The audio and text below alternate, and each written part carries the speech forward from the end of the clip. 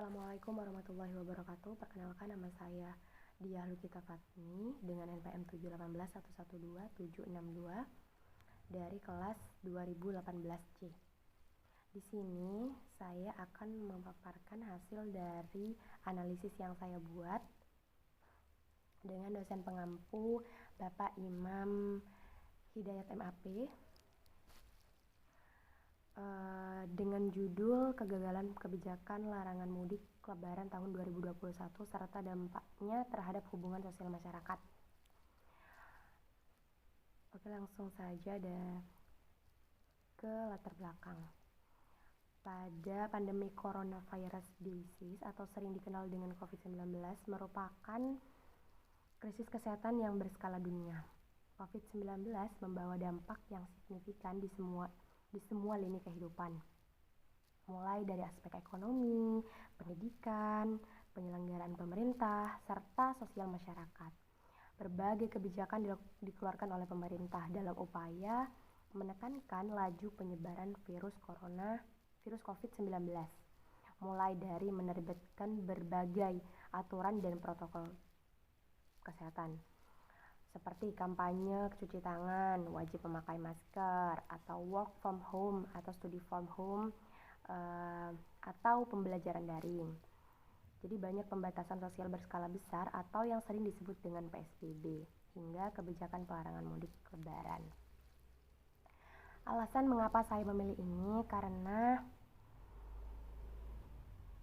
pengaruh kebijakan larangan mudik pada tahun 2021 ini, pada tahun sekarang, terhadap hubungan sosial masyarakat ini sangat penting untuk dibahas. Oleh karena itu, hasil pembahasan ini pada kebijakan pemerintah untuk melakukan pelarangan mudik lebaran pada tahun 2021, pada tahun sekarang, dianggap sebagai sebuah kebijakan kontradiktif. Pasalnya, di saat pemerintah memerlukan kebijakan pelarangan mudik, di sisi lain pemerintah mengizinkan tempat wisata tetap beroperasi.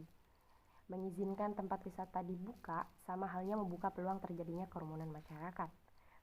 Sesuatu yang coba dicegah dengan kebijakan peniadaan mudik lebaran. Jadi banyak kontradiktifnya.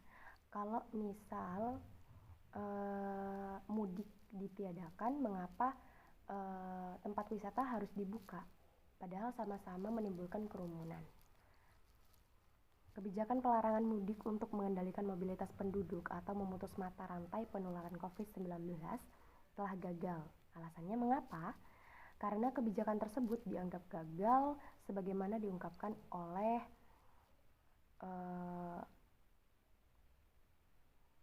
Bapak Hidayatul Muttaqin, yaitu mobilitas penduduk Indonesia di bulan Ramadan atau sebelum Lebaran pada tahun ini jauh lebih tinggi dibandingkan tahun 2020. Yang kedua, kebijakan larangan mudik sudah diantisipasi sebagai masyarakat dengan melonjakkan mobilitas penduduk yang menggunakan kendaraan dan transportasi umum sejak 22 April hingga sebelum 6 Mei 2021. Lalu yang terakhir, larangan mudik direspon masyarakat dengan lebih banyak menghabiskan waktu di luar rumah.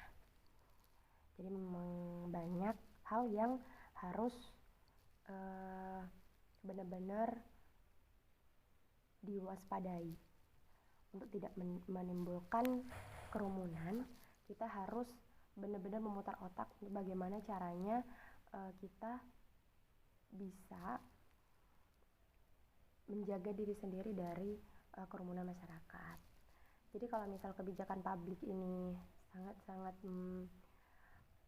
banyak menimbulkan kontradiktif, mengapa harus mudik lebaran gitu? Kenapa harus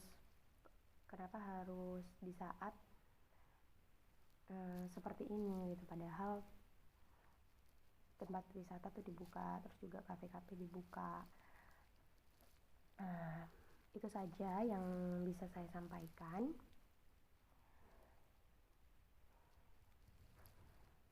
Kurang lebihnya mohon maaf ya teman-teman. Untuk kesimpulannya, setidaknya ada 3 dimensi yang dapat diamati dalam tradisi mudik. Yang pertama, mudik memiliki dimensi spiritual kultural, yang kedua mudik memiliki dimensi psikologis, dan yang ketiga mudik memuat dimensi sosial. Kebijakan pemerintah untuk melakukan pelarangan mudik lebaran tahun 2021 dianggap sebagai sebuah kebijakan kontradiktif.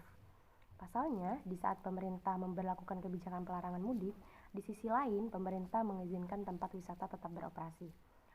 Beberapa sebab kegagalan kebijakan tersebut antara lain, kebijakan larangan tidak diberlakukan secara adil, kebijakan tidak direncanakan dengan matang, kebijakan tidak disertai kebijakan turunan untuk memitigasi dampaknya, serta pemberian kompensasi kepada sektor transportasi terdampak.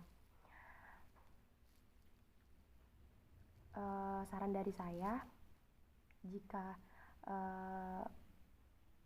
membuat kebijakan harus dilakukan direncanakan atau dilakukan dengan matang agar tidak menimbulkan kontradiktif yang sangat-sangat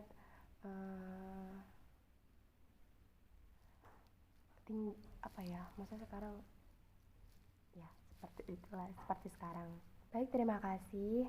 Kurang lebihnya mohon maaf apabila ada kesalahan yang disengaja ataupun tidak. Jadi, wassalamualaikum warahmatullahi wabarakatuh.